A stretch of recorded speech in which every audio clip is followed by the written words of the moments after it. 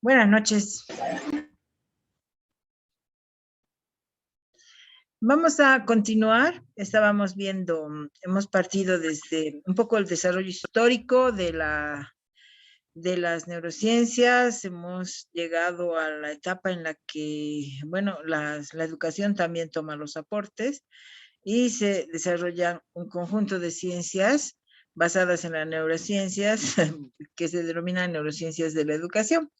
Y a partir de estas neurociencias se viene construyendo un constructo teórico, pero más que todo utilizando, ¿no?, en la práctica lo que las investigaciones de los laboratorios de neurociencia cognitiva básicamente nos van aportando. Entonces estábamos viendo que la didáctica, hemos asumido, ¿no?, un nuevo rol, el de modificadores cerebrales. Hemos visto, nos hemos comprometido.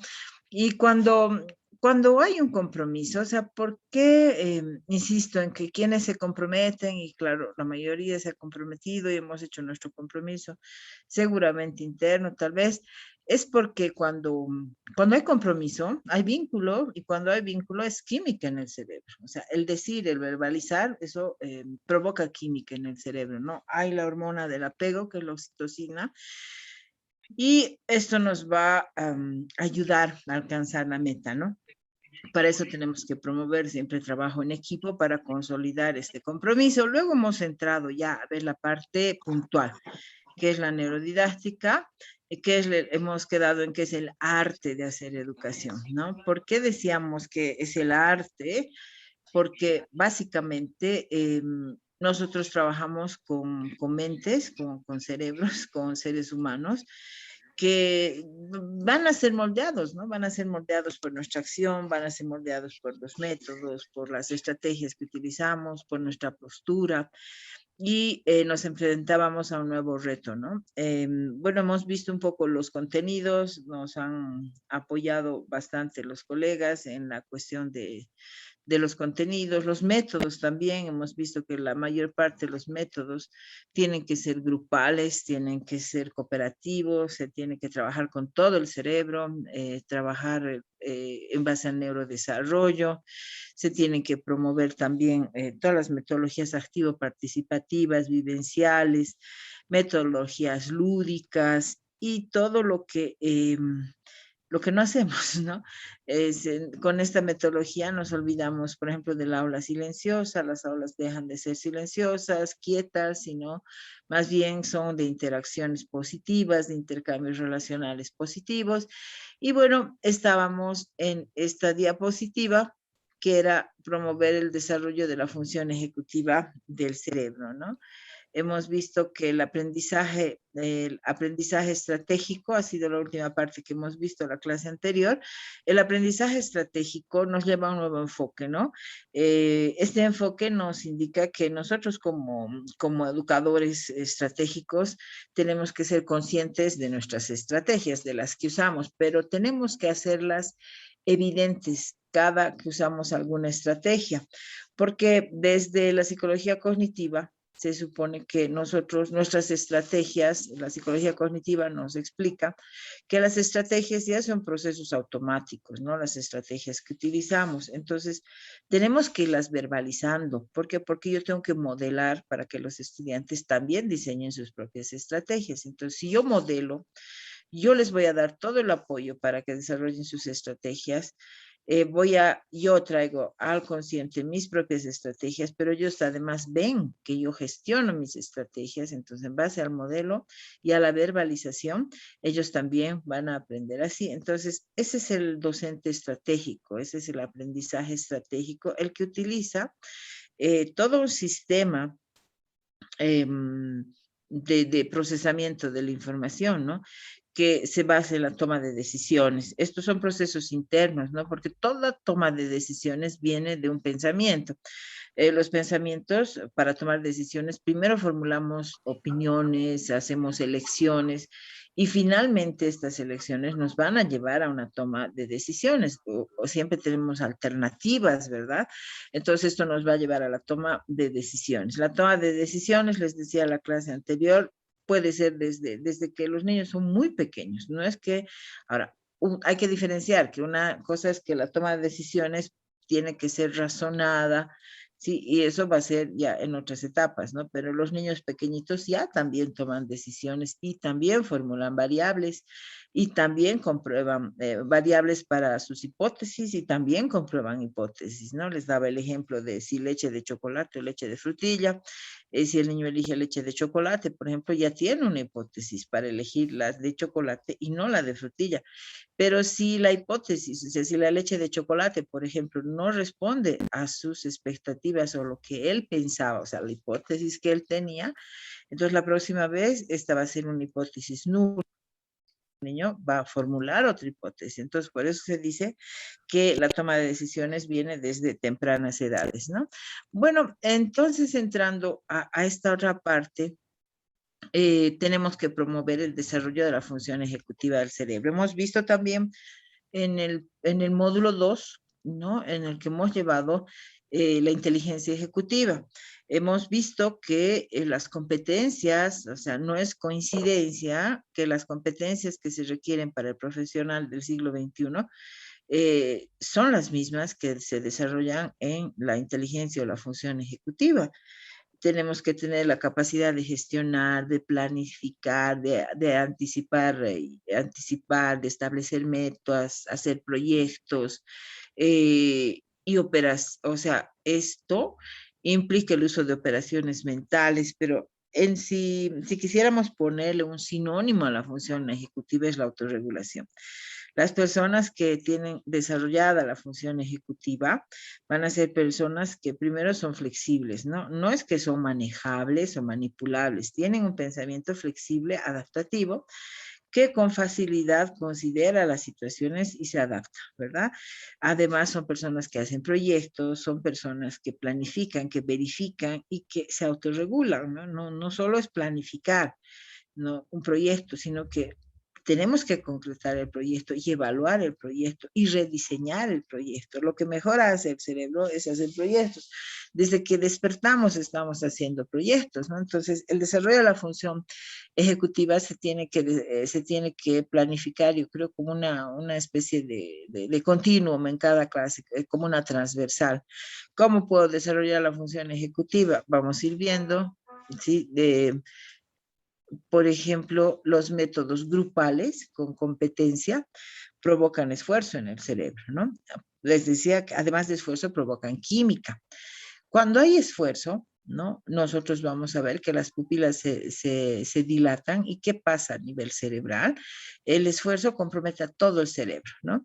Se activan varias regiones, se ha visto que la corteza prefrontal se activa el locus coeruleus, nunca puedo pronunciar eso, se activa, este es un centro bien profundo, ¿no? Y todo esto es regulado por las zonas prefrontales del cerebro. Entonces, el esfuerzo se tiene que desarrollar. Está probado con varias investigaciones que las aulas donde no hay exigencias son de bajo rendimiento. Pero ¿cuál es la clave? Tiene que haber exigencia, se tiene que pedir esfuerzo, pero en un ambiente grato, en un ambiente libre de sarcasmos, de presiones, en un ambiente completamente dinámico, pero grato, de respeto, pues, tiene que haber esfuerzo, tienen que haber tareas, se tiene que desarrollar la fatiga de la atención, el tono cortical, la capacidad de resistencia, ¿no? De permanecer haciendo trabajos, aunque sean aburridos, porque últimamente es que si les aburre no funciona. Parte de la inteligencia ejecutiva es aún con la actividad aburrida, yo tengo que mantenerme centrado en la tarea. Entonces, estos métodos grupales con competencia generan esfuerzo a nivel cerebral, ¿no? Eh, También tenemos que educar la voluntad. ¿Qué es la voluntad? La voluntad se desarrolla desde que nace el niño muy chiquitito, ¿no? Desde muy chiquitito, perdón. Y es la capacidad, ¿no? Está muy relacionada con el juicio moral. El desarrollo del juicio moral tiene que darse antes de los 7 años. El niño tiene que saber las nociones del bien y del mal, o sea, para elegir de entre dos alternativas la que más le convenga a él y a los demás, ¿no? La voluntad tiene que ver mucho con las zonas prefrontales. La voluntad se adquiere repitiendo hechos. Eh, cuando uno elige una tendencia positiva, aunque por facilidad y por comodidad la negativa fuera mejor, está inhibiendo impulsos, ¿no? Entonces, la motivación, el orden, la constancia, la fortaleza, los objetivos, las metas, las ilusiones y los sueños están en el neocórtex y en la zona prefrontal del cerebro, por lo que si educamos nosotros la voluntad, vamos a hacer que estas zonas vayan madurando. También muestran los experimentos que las zonas prefrontales en la mujer terminan su maduración a los 20, 21 años y en el varón a los 25, 26 años. Ah, claro, como broma decimos a veces nunca, pero la verdad es que puede nunca terminar su desarrollo y tenemos personas, conocemos personas que no tienen, entre comillas, voluntad, o sea, no tienen función ejecutiva, no terminan lo que empiezan, cambian de carreras, no perseveran en los trabajos y entonces es que no se ha trabajado bien esta función ejecutiva, ¿no? Lo contrario a esta autorregulación, lo contrario a la función ejecutiva van a ser, por ejemplo, en las funciones ejecutivas tenemos la flexibilidad cognitiva. La flexibilidad cognitiva, les decía, la capacidad de adaptarnos a diferentes situaciones, pero lo contrario van a ser las obsesiones, ¿no? Las personas que se obsesionan y tienen ese pensamiento rígido, cristalizado, que no acepta cambios, van a tener problemas, inclusive de personalidad, neurosis, algunos otros trastornos obsesivo-compulsivos, ¿no? Otra función ejecutiva viene a ser la memoria de trabajo, es con la que ustedes me están siguiendo. La memoria de trabajo me hace ser puntual, me hace cumplir planes, porque si yo me acuerdo que tengo que estar a las 7, tengo que estar a las 7 y es mi memoria de trabajo la que me sostiene en eso, ¿no? Entonces, cuando tenemos una memoria de trabajo adecuada, cumplimos los horarios, les decía, cumplimos los trabajos, no nos olvidamos de lo que tenemos que hacer. Aparte está la atención enfocada, así haya un montón de estímulos, tengo que tener la capacidad de traerme al presente y estar pendiente de lo que necesito, de lo que debo hacer, no necesariamente que me guste, sino que también lo que debo hacer. Esto inhibe los impulsos que salen de las zonas bajas del cerebro, de las zonas subcorticales, y hace que la corteza prefrontal se active. Y si la demanda externa hace que la corteza se active, hay un correlato anatomofisiológico, ¿no? Vamos a formar redes en esas zonas y vamos a formar un ciudadano con voluntad, un ciudadano que hace proyectos, un ciudadano con la función ejecutiva que va a soportar los embates, ¿no? Que va a autorregular su conducta. La constancia, la fortaleza también es otra forma, otras competencias que tenemos que desarrollar. Por ejemplo, cuando hay estímulo, uno nuevo, hay sinapsis, ¿no? Cuando repito esta misma acción, la repetición y la constancia van a crear redes de neuronas que por repetición van a ser automatismos. Entonces, para mí el esfuerzo va a ser una norma, ¿verdad? ¿Por qué? Porque se ha trabajado desde edades muy tempranas esto de la constancia y la fortaleza. Cuando fortalecemos nuestras redes neuronales, creamos huellas que son hábitos a veces, ¿no? Nosotros los conocemos como hábitos, los podemos conocer como rutinas, como automatismos, pero ya son redes neuronales que se instalan en el cerebro y no requieren ya actividad energética, es decir, no requieren esfuerzo, sino que se activan por simplemente el tipo de actividad en la que uno esté enfrentado. Entonces, la constancia, la fortaleza se educan desde los primeros años y se repiten hasta dominarlas, ¿no? También la metodología de proyectos. Es decir, que los proyectos se van a dar siempre en una línea del tiempo, ¿no? Hay un pasado, un presente, un futuro, y eso es lo que nosotros estamos constantemente haciendo. Estamos constantemente proyectándonos, ¿no? A veces el problema es que nos apoyamos mucho en el pasado o hacemos muchos proyectos y en realidad no los concretamos porque nos perdemos el presente. El hacer proyectos es una competencia del cerebro muy específica, pero quedarnos en proyectos no es suficiente, ¿no? Los proyectos tienen que ser concretados, tienen que ser evaluados, ¿ya? Otros métodos también que nos funcionan son los métodos que implican varias áreas del saber. Y hemos visto eso, ¿no? En las lógicas de las mallas curriculares, por ejemplo, les decía, enlazar contenidos con diferentes materias, los trabajos por transdisciplinas, se han visto también los trabajos cooperativos en materias.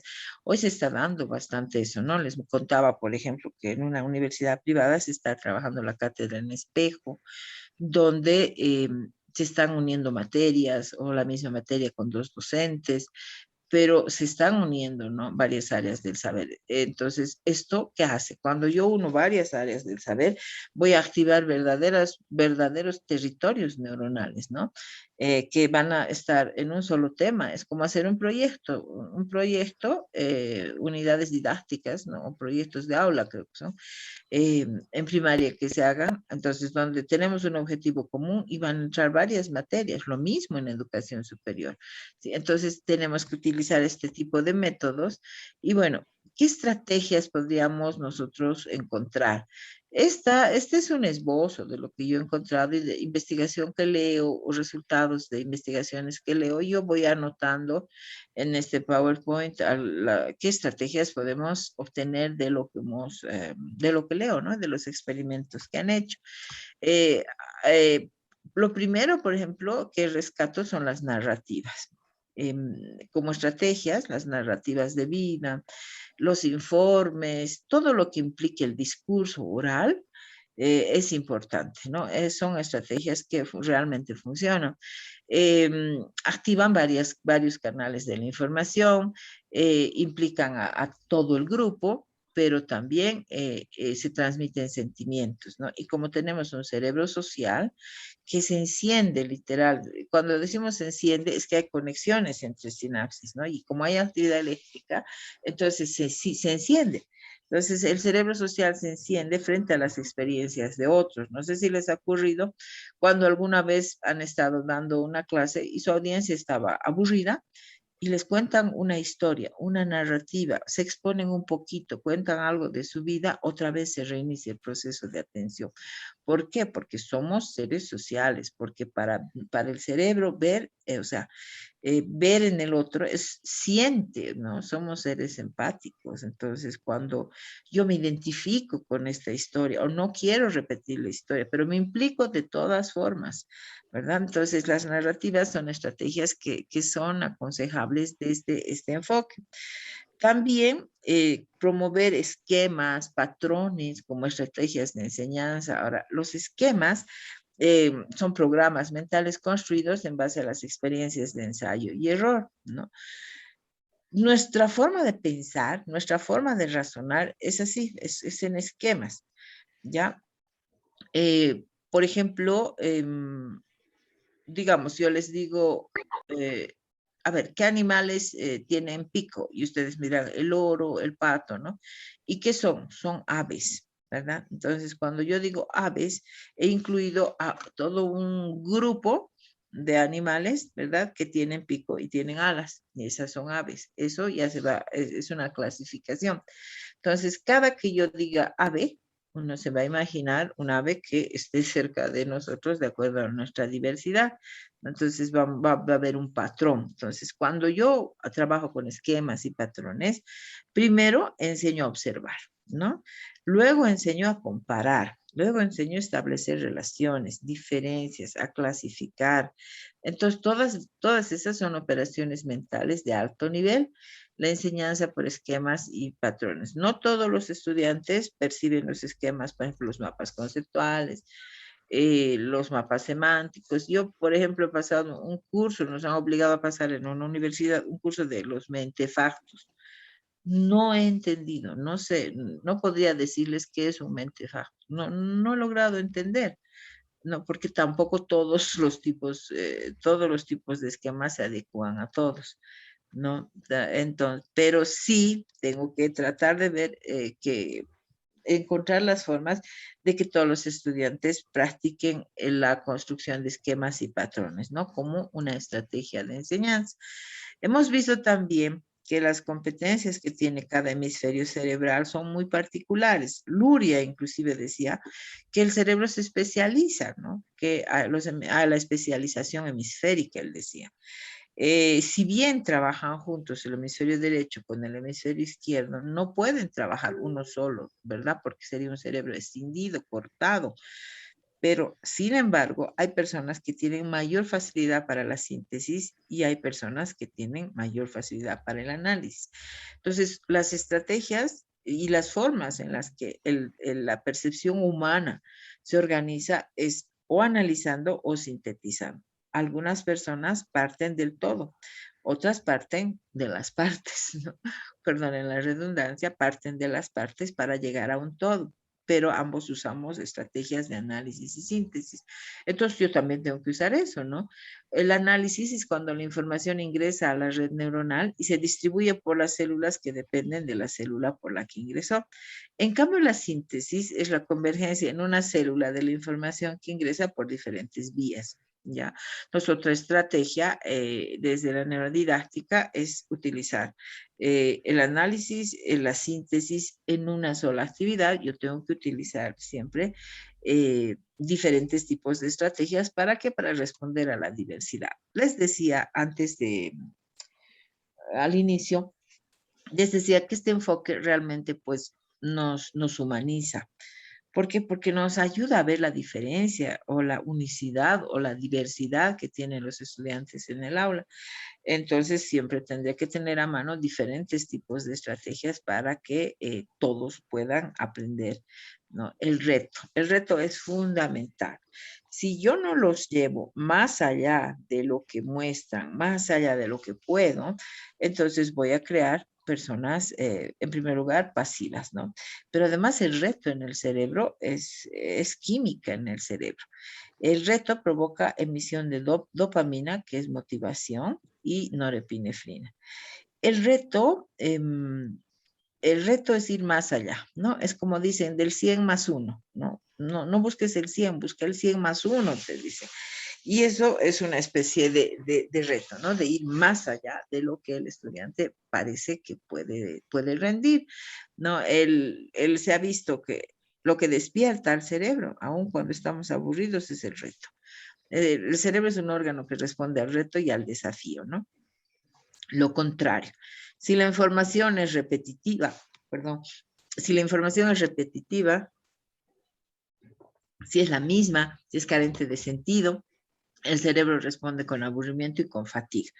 Y ya sabemos, ¿no? Cuando estamos aburridos y estamos fatigados, vamos a empezar a cabecear y vamos a entrar en ondas teta y hasta posiblemente podamos dormirnos, ¿no? Y cambiar a ondas delta.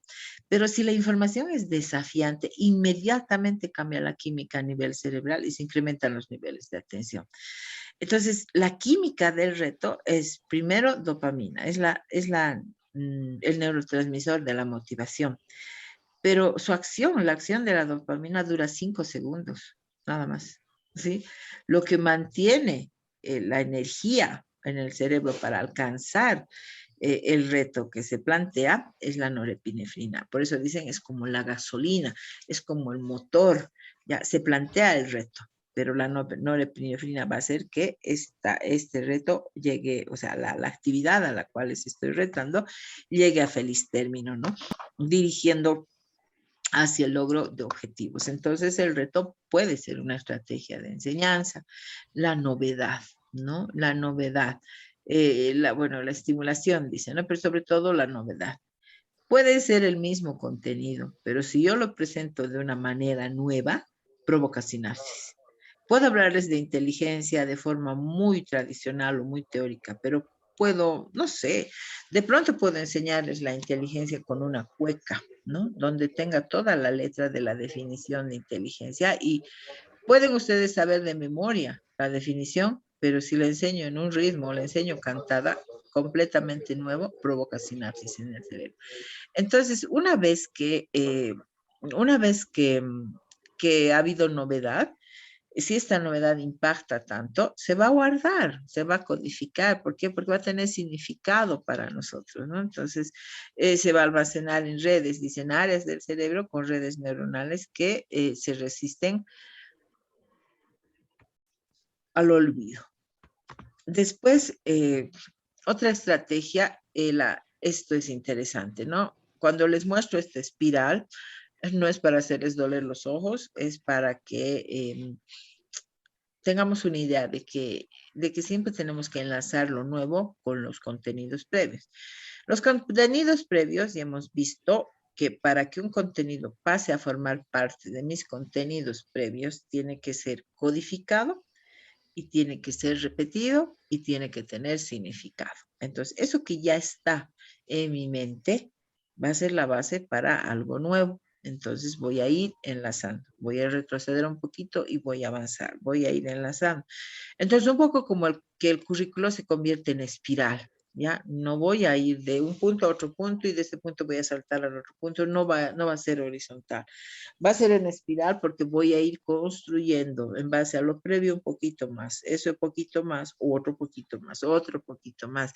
Entonces, la práctica de enlazar los contenidos nuevos con los contenidos previos provoca que el cerebro, dice, se vuelva más eficiente en la búsqueda de datos y en el reforzamiento de los datos ya almacenados. O sea, que cuando nosotros utilizamos conocimientos previos, activan mapas cerebrales. ¿Qué quiere decir mapas? El mapa no es lo mismo que el territorio, ¿ya? El territorio es, esta es una analogía que se utiliza en el tema en neurolingüística, ¿no? Se dice que el mapa es el contenido que yo tengo, que yo le doy, ¿no? O sea, el territorio es lo grande, pero el mapa es mío, es lo que es el significado, la codificación que yo le he dado. ¿No? Puede ser un contenido, pero yo he tomado tal parte y ese es el mapa. Entonces se van a activar esos mapas y sobre eso se van a construir los significados, ¿no? Se van a continuar construyendo. Otra estrategia es la primianescencia. No sé si han oído de la primianescencia. Se ha descubierto también que lo que más se queda en una clase es lo del inicio y lo del final. ¿Qué quiere decir? Que recordamos mejor la información inicial y mejor la información final. Entonces, tengo que utilizar las metacogniciones. ¿Qué son las metacogniciones? Vienen de esta estrategia que es la primera esencia. Yo voy a empezar la clase anunciando de dónde he venido, desde dónde hemos iniciado el módulo, dónde estamos y a dónde vamos a llegar. ¿Ya? Entonces, si yo inicio la clase así, eso se me va a quedar. Además, voy a enlazar lo anterior que he trabajado más lo de esta sesión y eso se va a quedar. Y finalmente, al cerrar, no podríamos desde este enfoque cerrar una clase si no ha habido un proceso de deferencia, ¿no? Es decir, si no, o sea, por eso dice hay que cerrar la clase. Un proceso de deferencia que indique hasta dónde hemos llegado y qué más nos faltaría, ¿no? Entonces, hoy ya terminamos esto y la próxima vamos a ver este otro tema. Uno, que creo expectativa, pero dos, que eso es lo que me voy a acordar. Aquí también hay varias investigaciones que nos muestran que nuestro cerebro funciona como un Word. Yo cierro la clase y nos quedamos ahí. Y cuando vuelvo o volvemos al mismo módulo, por ejemplo, e iniciamos la clase, es como si abriera el mismo Word y vamos a empezar de ahí. Entonces tengo que retroceder un poquito y continuar y nuevamente cerrar la clase con una síntesis, con un análisis, ¿ya?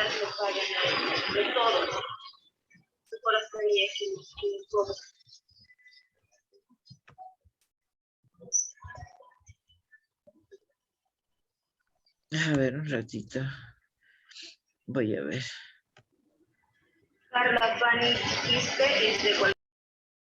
Ya.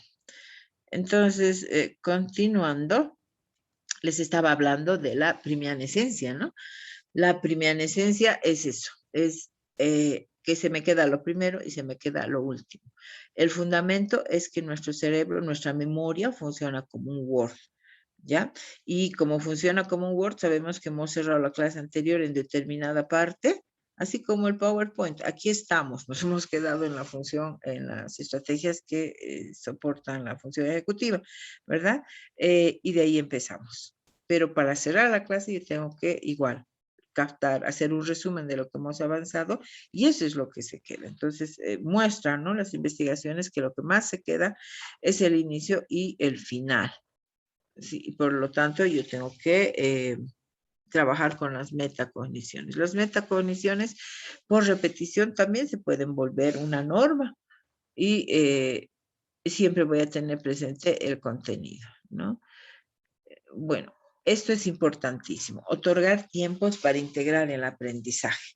Lo que no nos pasa, por ejemplo, en estas clases virtuales y deberíamos darnos tiempito, pero a veces el contenido es tan amplio, pero aún sabiendo que no se nos graba todo, tenemos la confianza de la grabación de la clase en la que podemos repasar. Sin embargo, el bombardeo continuo de información primero produce bloqueo, ¿no?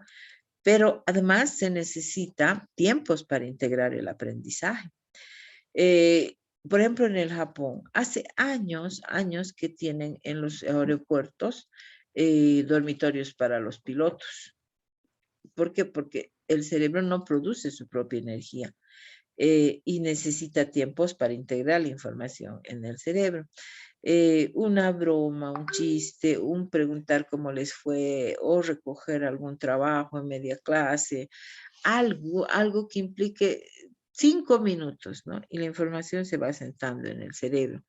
Luego de los aprendizajes, el cerebro necesita un tiempo para recircular la información, o sea, darle vueltas, tal cual. Después, si además de eso, yo voy a pedir que hagan un trabajo de aplicación, entonces, además de ese aprendizaje, se va a codificar, ¿no? Se va a codificar y cuando, eh, aún luego del aprendizaje, continúa la sinapsis, ¿no? Porque hay una capacidad a nivel sináptico que se llama la capacidad residual. Si, por ejemplo, yo voy a hacer tratamiento con un niño que tiene dislexia, ¿ya? Yo le voy a enseñar algunas estrategias el lunes. Por la capacidad residual, todo lo que he trabajado, las sinapsis que he formado en una primera clase de lunes van a permanecer unidas.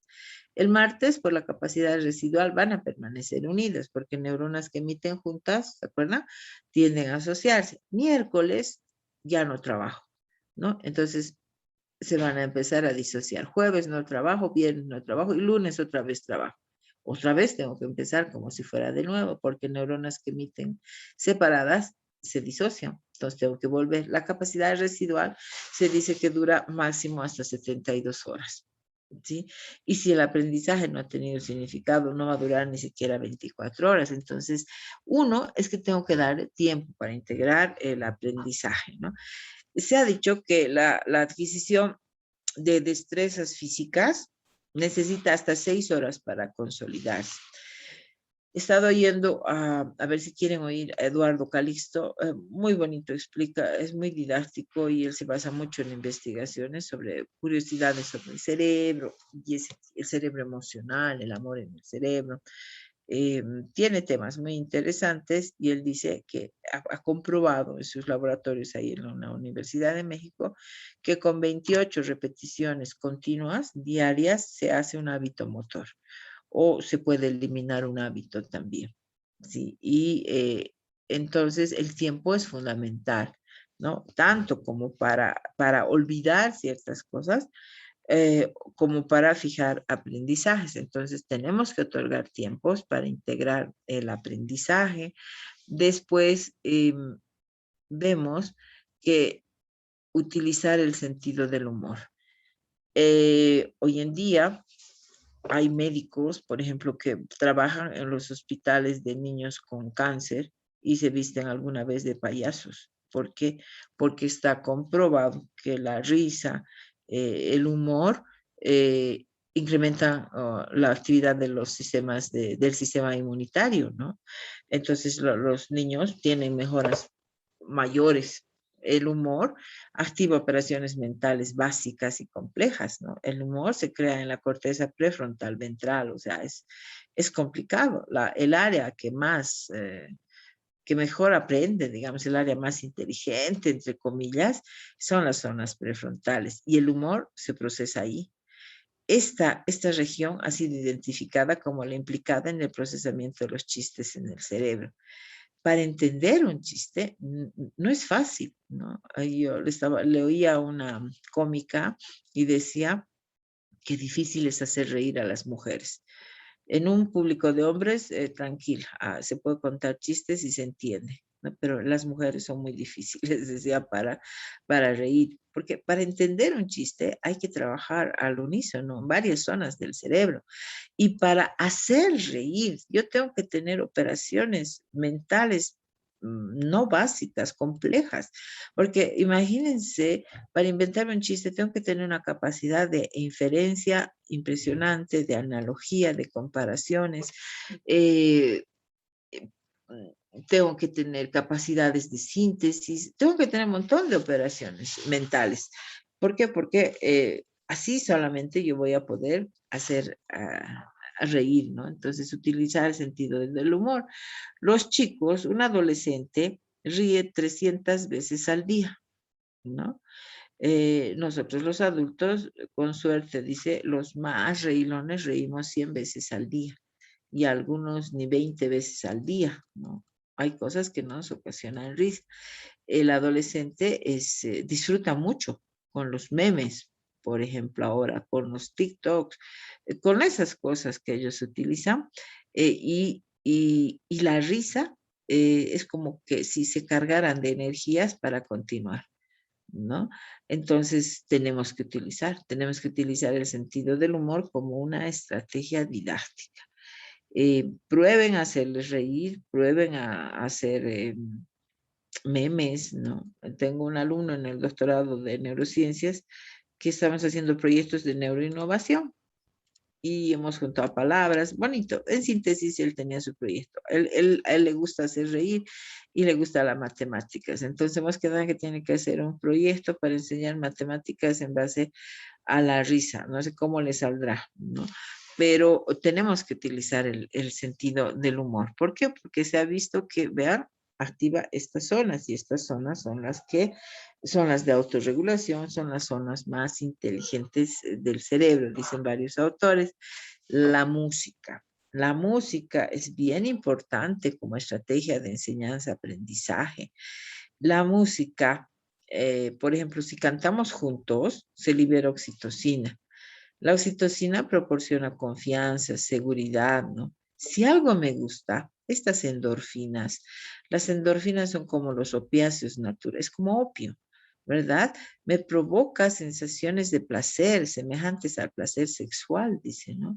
Entonces, la oxitocina más las endorfinas se activan cuando hay música. Y si además de la música yo sincronizo la música con movimientos, entonces ayuda a crear relaciones, hay una potente cohesión social. En Alzheimer, cuando se olvidan todo, hay personas, lo que no se olvidan es la memoria procedimental, algunos, ¿no? Si, por ejemplo, se han olvidado quiénes son, quién es su hija, quién es su esposo, dónde viven, todo, les dan un cuchillo y un tenedor o una cuchara y no se han olvidado ese aprendizaje. Pero otra cosa que no se olvida son las letras de las canciones.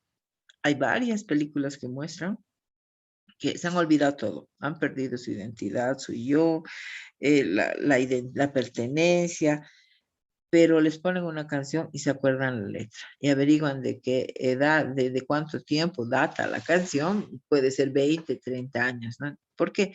Porque la música va directamente al sistema límbico. Si no, o sea, si no fuera así, todos los países tienen su himno, ¿verdad? Tienen, ¿por qué? Porque es música. Todos los colegios tienen su himno. Cada departamento, cada ciudad tiene su himno, tenemos un himno, una canción que nos identifica, los colegios, ¿por qué? Porque la música entra directo al sistema límbico, ¿no? Y el sistema límbico tiene tres componentes bien importantes, ¿no? Está el núcleo caudado, ¿no? Que interpreta la emoción, la amígdala que lanza la emoción y el tálamo eh, que, que la regula, ¿sí? Entonces, la música trabaja a ese nivel, ¿no? El tálamo es la memoria en realidad, ¿ya? Entonces la música trabaja a ese nivel, trabaja a nivel de todo el sistema límbico, va directo a las emociones. Si yo fuera experta en esto de la tecnología, ahorita les pongo un grito, ¿ya? Y ustedes inmediatamente cambian de química a nivel cerebral. Inclusive, la misma escena con diferente música es interpretada por nuestro cerebro de diferente manera, solo por la música. La misma escena, con diferente música, yo la interpreto de una forma y con otra música, con música alegre, la interpreto como un romance, digamos, ¿no? Pero cuando le pongo otra música, la interpreto como si fuera algo de terror, y si fuera otra música, la interpreto igual, como que están discutiendo. Vean, la música es muy importante, ¿ya? La música, además, si se une a movimiento, implica mayor aprendizaje. Entonces yo decía, cobraba sentido, ¿no? Antes las bandas de los colegios, por ejemplo, eran bien estáticas, ¿no? Los chicos tocaban ahí sin moverse. Hoy en día en las bandas bailan, hacen pasos, se ponen humos y todo, porque implica más emociones, más áreas del cerebro. Entonces la música es una estrategia de enseñanza. Lamentablemente la carga horaria que tenemos para música es mínima, ¿no? Máximo 1 hora, 2 horas. Y la música, si pudiéramos aprender a leer con música, dice que lo haríamos en 3 semanas, máximo. ¿Sí? ¿Por qué? Porque además trabaja de forma global. La música, la pintura, el arte, el teatro se llaman síntesis simultáneas. En una canción, y ya van a ver ustedes, en una canción se puede sintetizar todo el contenido de una lección o de una unidad. Simplemente, ¿por qué? Porque la música eh, sintetiza contenido. ¿Ya? Entonces, además la música tiene que tener movimiento, ¿sí? El cerebro utiliza la música, cuando utilizamos la música, los contenidos son almacenados con emociones. Eh, todos los países tienen su himno, les decía, ¿no? Un tiempo yo estaba investigando, se me ocurrió ver por qué Hitler, ¿qué hacía Hitler con los niños, ¿no? ¿Por qué los niños le tenían tanta admiración? Él desfilaba, ¿no? Y cantaba y les hacía marchar y les hacía cantar himnos y los chiquitos también se movían.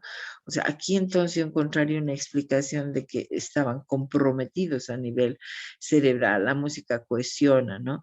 Los recuerdos musicales son como una fuente de juventud y se enlazan recuerdos, emociones y música.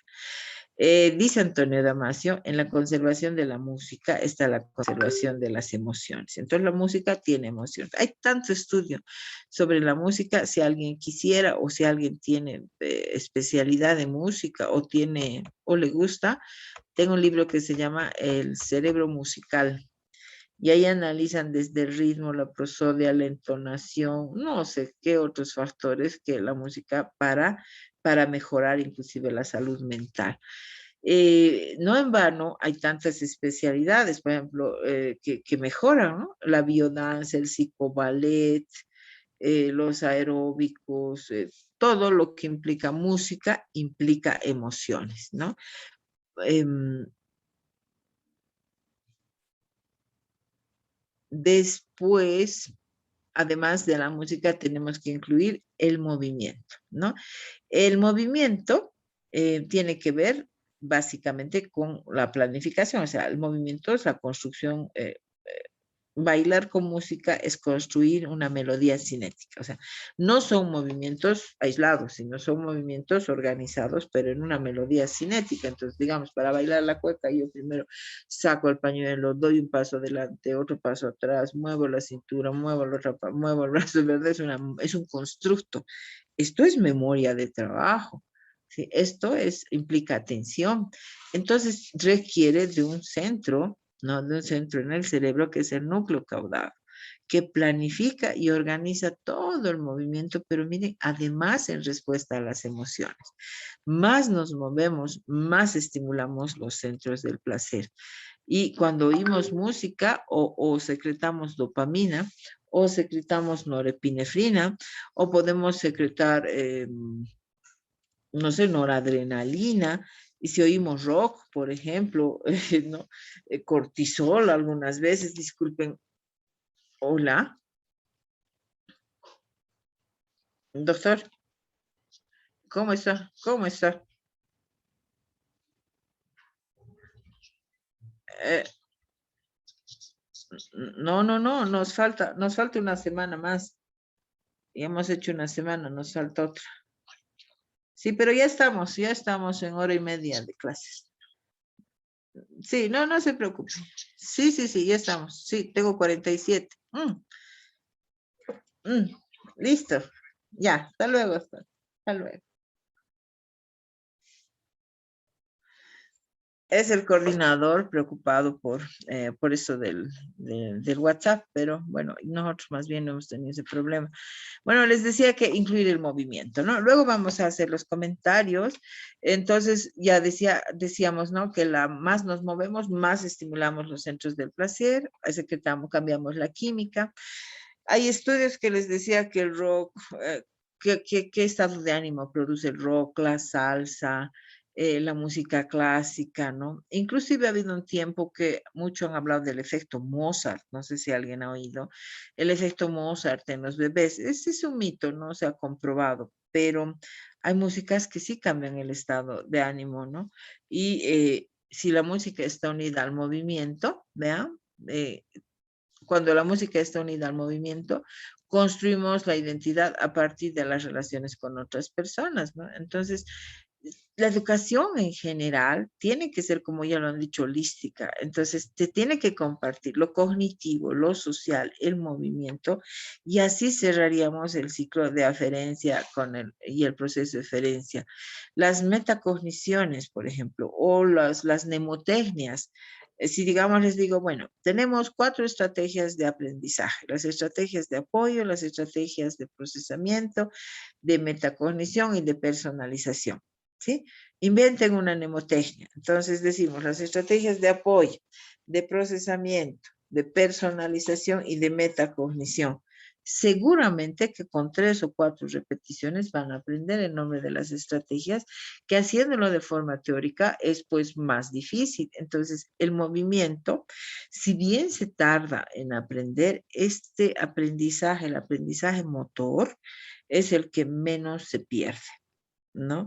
Si, por ejemplo, hemos aprendido a manejar o a conducir un auto, de pronto nos volvemos a subir al auto después de 2 o 3 años y este aprendizaje mecánico se activó, ¿no? No se pierde. Entonces, los recuerdos motores son los más difíciles de perderse. Entonces, podemos incluir el movimiento. Sin embargo, estamos tan acostumbrados, especialmente en la educación primaria, ¿no? Estamos tan acostumbrados a que estén sentados los estudiantes, que cuando los niños se mueven mucho, hay el sobrediagnóstico del TDAH, ¿no? Todos los que se mueven son hiperactivos, pero es la forma natural de aprendizaje en el niño pequeño, el moverse, ¿sí? Pero hay sobrediagnóstico, que sobre eso los psicólogos pueden decir que es verídico, ¿no? Estamos acostumbrados a que estén quietos. Está bien, el control postural nos facilita el aprendizaje, pero incluir el movimiento es bien importante, ¿no? Se ha visto también que cuando incluimos movimiento y activamos melodías cinéticas, hay mayor activación cortical. ¿Qué quiere decir? La activación cortical es la velocidad, es la capacidad de encender mi cerebro, en otras palabras, ¿no? Y la rapidez, la velocidad de procesamiento también se incrementan con movimiento. No sé si han visto esos videos japoneses, chinos, donde se trabaja, o sea, todo un grupo hace rebotar una pelota súper rápido, pero la pelota no se cae. Y es un grupo de unos 40 personas que con 2 botes van pasando y pasan no sé cuántas pelotas. Es movimiento, es coordinación, incrementa los niveles de atención. El movimiento construye melodías simétricas, mejora la memoria de trabajo e incrementa la velocidad de respuesta cognitiva. Entonces, ¿Por qué no incluir movimiento? Y tenemos 1 o 2 horas de alguna materia o en las universidades casi no tenemos nada, no hay, deberían haber inclusive materias optativas, me imagino, ¿no? Que incluyan movimiento. Y el movimiento no solo es pues baile, el movimiento implica teatro, el movimiento implica ballet, danza, música y movimiento, ópera. Vean, hay cuántas cosas que sí se puede promover, que sí se puede desarrollar como respuesta a a, a los avances que nos dan las neurociencias, ¿no? Entonces, la neurodidáctica está tratando de organizar todo esto y convertirlas en estrategias. Por supuesto que todo esto tiene que ser también verificado con investigación. Y ustedes son los que tienen Doctora, que hacer. Sí, sí, sí. doctora, usted indica debería, buenas noches en primer lugar, deberían incluir lo que son las actividades físicas. Yo recuerdo al hacer el rediseño de la carrera de Derecho, había un docente que estudió en Rusia y él ¿Ya? quería incluir educación física en Derecho. Y todos se rieron, todos nos hemos reído, ¿no? Pero parecía muy descabellada la idea que incluir educación física en Derecho, ¿no? Entonces él decía que allá incluían los deportes y las artes que usted dice en sus diseños curriculares. Pero nosotros con su explicación nos damos cuenta de la importancia, ¿no? Que no era tan descabellada la idea de nuestro director en esa época.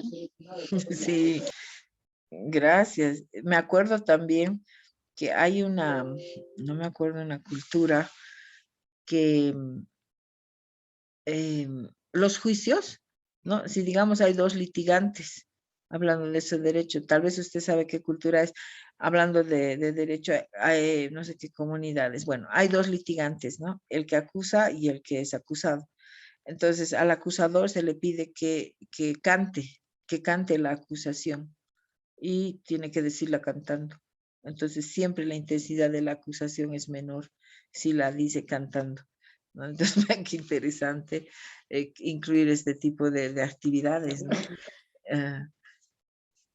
Entonces, hablábamos de esto, ¿no? Del movimiento. El movimiento, miren, qué capacidad tiene.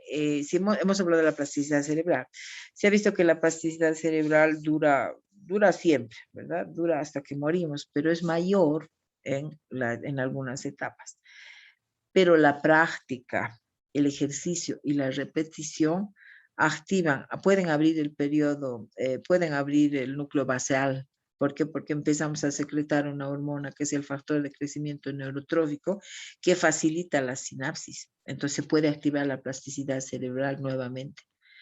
Además se ha visto que los niños que hacen y los adolescentes que hacen deportes tienen el hipocampo más grande, que quiere decir que la zona de la memoria de trabajo con la que ustedes me están siguiendo en este momento es más grande. Además, que los que hacen no solo deportes, sino que incluyen el movimiento organizado, ¿no? O caminar o se manejan sin movilidad por la ciudad, etcétera, tienen mejores niveles de atención. Se ha visto también que se está hablando de la cognición corporalizada o corporizada, se llama, ¿no? Esta cognición que dice que los módulos cerebrales inferiores, ¿no? Que se activan cuando yo hago un ejercicio o un deporte como una rutina, ¿sí? Como una disciplina, van a promover perseverancia y fortaleza en las partes superiores. O sea, el crear una disciplina, un deporte, va a activar la perseverancia y la fortaleza. ¿Por qué? Porque va a dar lugar acceso a la cognición, ¿no? Entonces el córtex también se va a estimular. Vean qué importante es el movimiento, pero cada vez eliminamos el movimiento, ¿no? Eh, por ejemplo, esto. Antes se ordenaba, se hacía filas, ¿no? En el recreo, para subir al colegio, al curso. Entonces, este puede ser un ejemplo, ¿no? Hacer una fila. Cuando su audiencia esté ya por dormirse, a ver, prueben con algo de movimiento, inmediatamente descansa. Inmediatamente su audiencia va a descansar, ¿ya? Entonces, hasta aquí es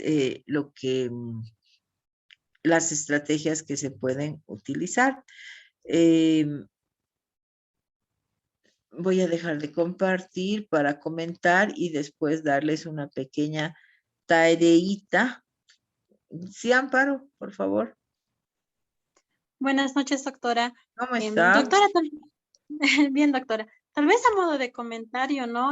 Por ejemplo, en la universidad nosotros teníamos periodos en el turno, bueno, los días sábados en la tarde, y teníamos un trato con el docente, que era, si acabábamos, justo era la parte también de ejercicios, y decíamos, si acabábamos 3 ejercicios, podemos ir al Wally, o sea, ese era el trato que teníamos, salir 1 hora antes, 1 hora y media antes. Y el docente decía, ya por mí está bien, porque era el docente también medio joven. Y él decía, ya conmigo, mañana entra uno de los equipos. Y creo que más en su momento hemos captado la materia, era más por ir al Wally, ¿no? Porque sabíamos que si ganábamos, y automáticamente salíamos 1 hora y media antes y íbamos, y el docente era de, ya vamos, y con nosotros a ir. Y recuerdo que era una forma de incentivo, y como usted indica, yo creo que de una otra forma, esa situación de no solamente estar en aula, de estar tenso, nos ha ayudado bastante, ¿no? Un poco la distracción, también todo aquello. Solo eso, doctora. Súper, gracias. ¿Alguien ha tenido alguna otra experiencia en relación al movimiento, a la música? Doctora, buenas noches. Buenas noches. Le habla Benigno. ¿Cómo está, Benigno? Bien, doctora. Muy fascinado por la clase, doctora. Yo quiero comentar 2 cosas. Uno, a propósito de educación física que usted ha remarcado, yo cuando estaba en la carrera de Ciencias de la Educación, hace años, yo pasaba, por ejemplo, la materia que se llama neurología. Llevábamos neurología, neurofisiología y neuropedagogía. Y mi docente era el doctor Joaquín Arz. Pasábamos en el hospital de clínicas. Teníamos que ir con guardapolvo, toda que bien uniformada, así como los estudiantes de medicina. Y el doctor nos decía, ¿por qué ustedes no llevan educación física? Yo en ese momento decía, ¿no? Este doctor está loco, ¿cómo vamos a ver educación física? ¿No? Y bueno, ahora usted me da la razón, ¿no? Que es tan importante la psicomotricidad, ¿verdad? Entonces, porque en el aula no podemos estar estáticos, ¿verdad? Ese comentario que quiero hacer y bueno, yo quiero remarcar lo siguiente. En este momento se habla, por ejemplo, en la ley 070, el modelo sociocomunitario productivo, se habla, o sea, la estrategia principal es el PCP, o sea, el modelo sociocomunitario productivo. Ese es el núcleo, ese es el cerebro. Y a partir de esa estrategia se arrancan otras estrategias. Pero he podido observar, por ejemplo, siempre está en el campo investigando y demás cosas. Por ejemplo, yo puedo decir de que de 100 escuelas, 99,9% no aplican esta estrategia didáctica, lo que se llama el PCP. Entonces sería interesante, por ejemplo, que nosotros programemos, por ejemplo, una política educativa para fortalecer de manera pedagógica sobre el manejo de esta estrategia para los maestros de Bolivia, sea en educación inicial, primaria y secundaria. Fundamentalmente he podido ver que en secundaria casi no se aplica en esta estrategia. Efectivamente planifican, el papel aguanta todo, pero en la práctica concreta no lo llevan a efecto. Por ejemplo, usted ha remarcado que sí, algunas asignaturas, por ejemplo, el docente de físico, de matemáticas, no lo aplica, o de química, no lo aplica, aislado. Usted ha remarcado con atinada razón por nuestro de la narrativa. Yo siempre digo, el desarrollo del lenguaje es fundamental para que los niños aprendan a leer y a escribir. La oralidad es tan importante, pero lamentablemente no damos importancia, doctora. En secundaria, pues se lleva eso, la narrativa, ¿no? Pero ¿para qué? Para desarrollar sentimientos, para desarrollar responsabilidades, para desarrollar la emoción, ¿para qué? No hay tal. No se desarrolla valores, doctora. Y otras materias, lo propio. No se incide absolutamente. A mí, por ejemplo, yo estoy fascinado cuando usted ha remarcado, por ejemplo, esto de las estrategias, que hermoso. Ahora yo estoy pensando aplicarlo, pero no solamente aplicar, digamos, en aula. Yo soy docente universitario, ¿no? Pero no solamente aplicar eso, sino que también hay otros contextos. Por ejemplo, la familia. Yo creo que en este caso, en la familia, un pedagogo como nosotros, por ejemplo, vamos a ser doctores en educación, creo que tenemos que diseñar para que estas estrategias se apliquen, por ejemplo, para tratar, digamos, ya sea en un sindicato, en una asociación de padres de familia, en una, por ejemplo, los papás se organizan en las unidades educativas, hacer todo este tipo de estrategias, doctora, porque es tan importante, usted ha incluido, incluir el movimiento. Y ahora me estoy imaginando, no solamente eso, también se puede realizar en una institución familiar como es en el matrimonio, ¿no es cierto? Buscar ciertas estrategias. ¿Para qué? Para que haya estabilidad en la familia, ¿no? Entonces yo creo que es tan importante, doctora, y entonces habría que incidir esto de las estrategias, no solamente, digamos, una materia, sino en toda la materia se presta a eso. Por ejemplo, la materia de química, la materia de literatura, la geografía, la historia. Por ejemplo, la historia, que es tan importante, doctora, ¿no? Ahora yo estoy recordando en el colegio, por ejemplo, mi profesor de literatura era el profesor Nicolás Naranjo, un escritor famoso. Pero nos hacían leer Don Quijote de la Mancha y yo decía, ¿para qué será, no? ¿No? ¿Qué parte de mi cerebro va a mover? ¿No? Entonces, mire, ¿qué es el libro? Recién a esta edad estoy comprendiendo que es tan importante el tema de los valores, el tema de la emoción, doctora. Yo creo que ahora a partir de este hecho nosotros tenemos que revolucionar. Tiene que haber una revolución educativa en el Estado Plurinacional de Bolivia. Gracias, doctora. Mil disculpas. Gracias, También gracias. me he exagerado, pero No, siento está eso, bien, veo sus eso. aportes son muy Gracias, concretos. doctora. Gracias, está bien. Edwin y luego Marvin. Bueno, buenas noches, doctora, Buenas compañeros. noches. Doctora, quiero compartir una experiencia con relación a lo que ha dicho, la importancia del movimiento motor.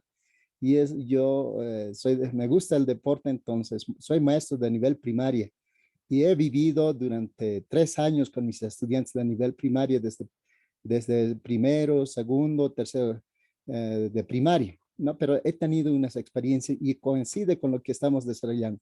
Pero sin antes, licenciada, por favor, permítame saludar al licenciado Benigno Flores Canaviri por parte de su exalumna de la Normal Simón Bolívar, Lucía Choquiquise. Un Qué gran lindo. maestro, un gran maestro, licenciado Flores. Gracias. Bueno, licenciada, continuando, esta es mi experiencia, por ejemplo, con los estudiantes salíamos a jugar futsal, porque mi unidad educativa atendía los 3 niveles, inicial, primaria, secundaria, y teníamos la primera cancha hecha de cemento. Entonces los jóvenes, en hora de recreo, los jóvenes nomás se dedicaban a jugar y a los niños les botaban. Hemos pensado, un día yo he pensado, eso me ha dado la idea, ¿no? La luz, ¿cómo podía ser? Me ha dado la idea, entonces yo jugaré, pues antes de eso, por lo menos mis estudiantes quieren jugar, siempre queriendo a los estudiantes. Entonces salimos 10 minutos faltando. Y así ya era, a la semana hemos empezado 2 veces, después hemos ido. Y me ha resultado en mi proceso de aprendizaje desarrollar porque los estudiantes se empezaron a motivar. Esto les he motivado mucho más. Ya, si ustedes me lo hacen la tarea, lo hacen bien, vamos a aumentar las horas y vamos a salir casi a diario. Entonces, los estudiantes han motivado y hemos salido ya más de 15 minutos antes ya salíamos. Y uno de esos días el director se me acerca. A ver, Luis, ¿por qué estás sacando a los estudiantes? Yo le he invitado al director y con el director más hemos ido a mi curso. Ha visto antes de eso y los estudiantes respondían. Mira, ha surgido una cosa muy importante. Los estudiantes que no les gustaba tal vez tanto participar, nada, pero les gustaba el deporte. Y ellos ya eran mis ayudantes, ¿no? Eran otros maestros para ayudar a sus compañeros. Y la motivación era buena, entonces, y al final el director más nos ha ido apoyando. ¿no? Entonces hemos compartido esa experiencia y esto mis estudiantes se han destacado en las Olimpiadas. No había esa vez todavía Olimpiadas científicas, pero a nivel de distrito se hacía, eran los primeros, no solo un estudiante, sino la mayoría. Y hoy en día los veo, algunos son ya también maestros, algunos ya tienen su profesión a nivel universitario, algunos han estudiado, la gran mayoría han terminado de estudiar, son mecánicos, pero son responsables. Aparte de desarrollar la parte cognitiva, creo que también se ha desarrollado los valores, porque siempre son respetuosos, son mis mejores estudiantes. Cuando me ven, siempre me saludan, ¿no? Entonces, creo que la actividad motora es de vital importancia, y eso es lo que nos dice la neurociencia. Y en esto quiero también terminar con esto mi participación. Nuestro modelo educativo, la ley 070, esta es la debilidad, ¿no? O sea, no estamos estudiando la parte de la neurociencia. Esto debería fortalecerse. Entonces, creo que es un reto para los que estamos participando ya impulsar, porque de la parte de la identidad, de las cosmovisiones, son elementos importantes, importantísimos. Sobre el enfoque, sobre la producción de conocimiento, son importantes, pero esta partecita es la debilidad según mi criterio, y creo que hay que trabajar esta parte de la neurociencia, de la neurocognitiva, es de vital importancia. Creo que con esos toques más se lo hace a nuestro modelo educativo, va a seguir avanzando hacia adelante, ¿no? Yo siempre voy apoyando lo que es el modelo cero educativo porque es hecho por los maestros como nunca antes, ¿no? No es una copia, tal vez algunos detalles, pero también sí necesita mejorar. Y esto debe ser uno de los elementos implementar en el modelo educativo, ¿no? Fortalecer mucho más. Muchas gracias, doctor. Gracias, Edwin. O sea, y no solo es el movimiento, ¿no? También es la música, también es el humor, también es la primianescencia, también hemos hablado de varias estrategias, ¿no? El análisis, la síntesis, pero las experiencias, miren, que más nos quedan son estas, las que nos acordamos son las que más nos quedan, las que han estado unidas a las emociones. Entonces, ahí está la música, ¿no? Marvin quería hablar. Doctora, ¿cómo está? Buenas noches. ¿Cómo está? Buenas noches, compañeros. Sí, quisiera dar mi aporte, doctora, con otra estrategia que es el humor y la risa. Hace unos años atrás yo vi una conferencia TED, esas famosas conferencias, ¿no? Y ahí hablaba un investigador sobre la risa y el aprendizaje, y él mencionaba que había hecho un experimento en donde él dividía en dos grupos su población de estudiantes, y a un grupo, y les daba el mismo ejercicio a los dos grupos, un ejercicio un tanto matemático, ¿no? Que era medianamente complejo y que todos se suponía que sabían hacerlo porque se les había enseñado, ¿no? en la escuela. Lo que sucede es que a uno de estos grupos, antes de hacer los ejercicios, les entrenó con esto de la risa, les mostró videos graciosos, les hizo hacer ejercicios de humor, de tal forma que uno de los grupos estaba como que tenía por decirlo así, tenía mucho más humor que el otro. Y bueno, al final los resultados mostraron que el grupo que no había sido estimulado humorísticamente con la risa, no logró hacer el ejercicio, ¿no? E increíblemente el grupo que sí había sido ejercitado con esto, pues había logrado hacer el ejercicio de manera natural y de una manera muy fácil en el tema del tiempo. No, y yo puedo dar testimonio de esto desde mi campo de psicología. Yo me dedico también a dar talleres de risoterapia, le cuento. Y no se imagina lo tan sencillo que es enseñar a estudiantes, incluso a adultos, con el tema de la risa. Realmente estimula el aprendizaje de una manera increíble. Solo eso, doctor. Gracias, Marvin. Interesante su aporte, ¿no? Es que enseñar con la risa, uno es a nivel de emociones, ¿no?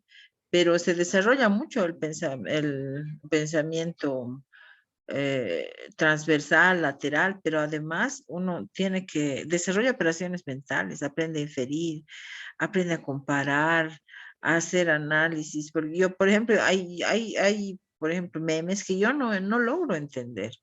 ¿no? Porque requiere una capacidad bien, bien desarrollada, ¿no? De análisis, de comparación. Entonces, el humor es bien interesante como estrategia. Y más ahora con los chicos, ¿no? Con que tienen esos memes, esos TikToks y todas esas aplicaciones que se tienen que incluir, pues. Se tienen que incluir primero porque tienen una base que la neurociencia nos muestra que tiene una base, ¿no? Fisiológica, neuroquímica, pero además que es una tendencia de la actualidad, entonces tenemos que incluirla, ¿no? ¿Alguna otra opinión?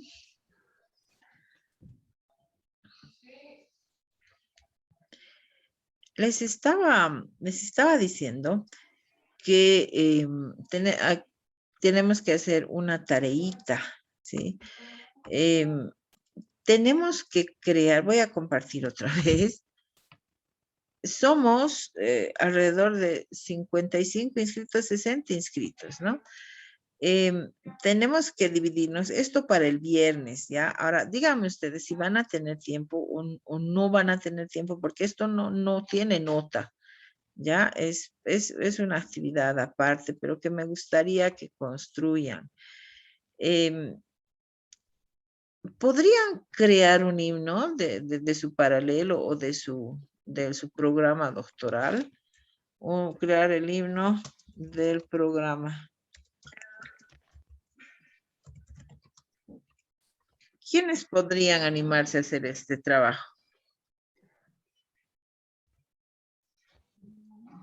¿Hay músicos eximios?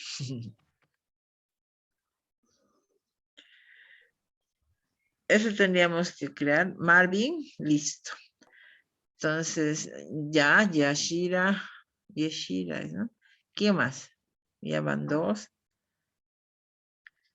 Porque todos van a tener que hacer el trabajo. Va a haber otros trabajos, además. Tenemos que cantar, Hortensia. Ruth, claro, tienen que cantar, pues. Tienen que cantar el himno, pero del programa doctoral. Ahora, el contenido, pueden ayudar, Benigno, tal vez con el contenido. Luis también con el contenido. No solo es la parte musical, ¿no? Sino el contenido es bien importante. Ruth, ¿ya? Entonces,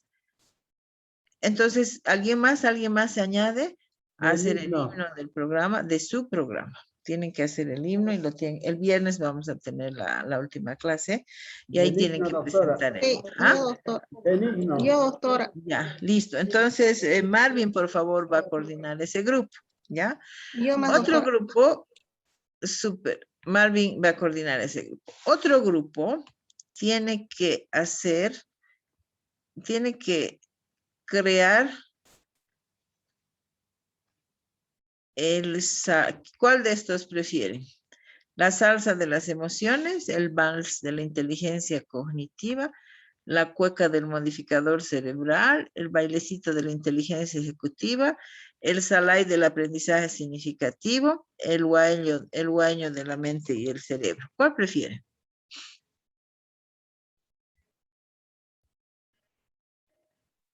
El himno. El himno no, el himno es una tarea. Ahora otros tienen que apuntarse.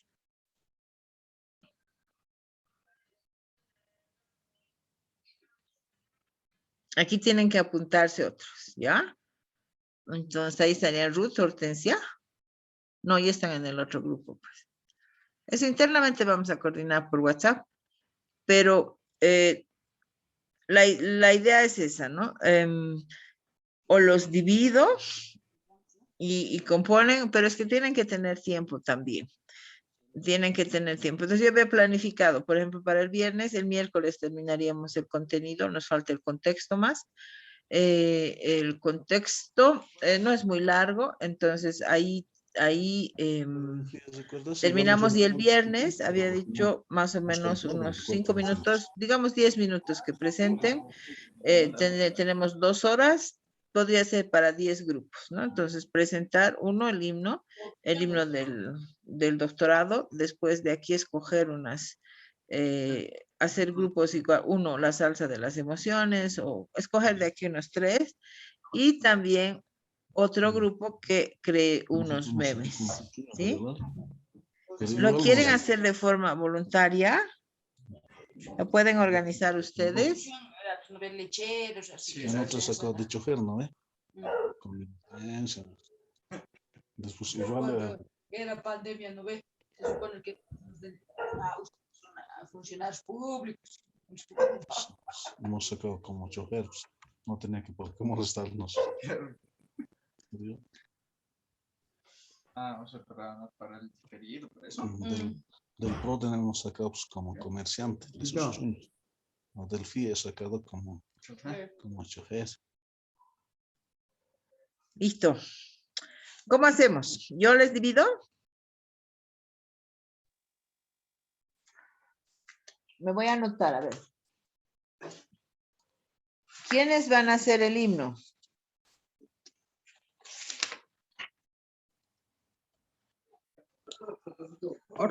Me anoto. Marvin.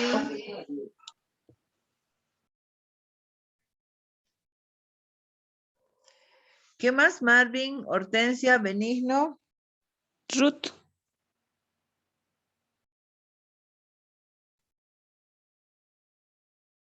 ¿Alguien más? 4. Ruth. Ya está. Marvin, Hortensia, Benigno, Ruth. Listo. Después, a ver, ¿qué quisieran hacer? De ahí escojan, por favor. ¿Quiénes van a hacer la salsa de las emociones? ¿O quieren el vals de la inteligencia cognitiva? ¿O una cueca del modificador cerebral? ¿O un bailecito de la inteligencia ejecutiva?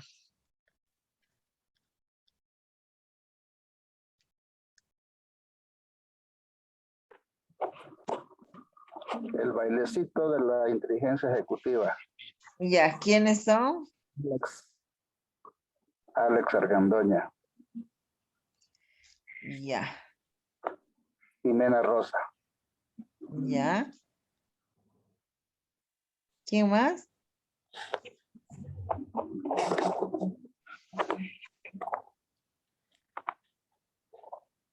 Si alguien más quiere incluirse al grupo, se comunica con Alex, ¿no? ¿Algún grupito más? El Salai. Ese está bonito, del aprendizaje significativo. O le pueden cambiar también. El Salai del modificador cerebral, ¿qué les parece? Ahora, en el Salai, me apunto, Salai. ¿Del aprendizaje significativo o del modificador cerebral? Hay 2 Salais. No, podemos hacer otro. Salai del aprendizaje significativo. Ya, listo. ¿Cuál es su nombre? Diego Vera.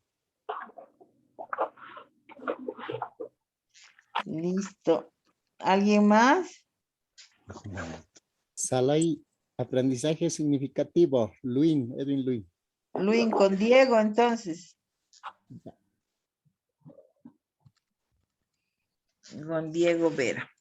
Ya, ¿quién se anima por la cueca del modificador cerebral?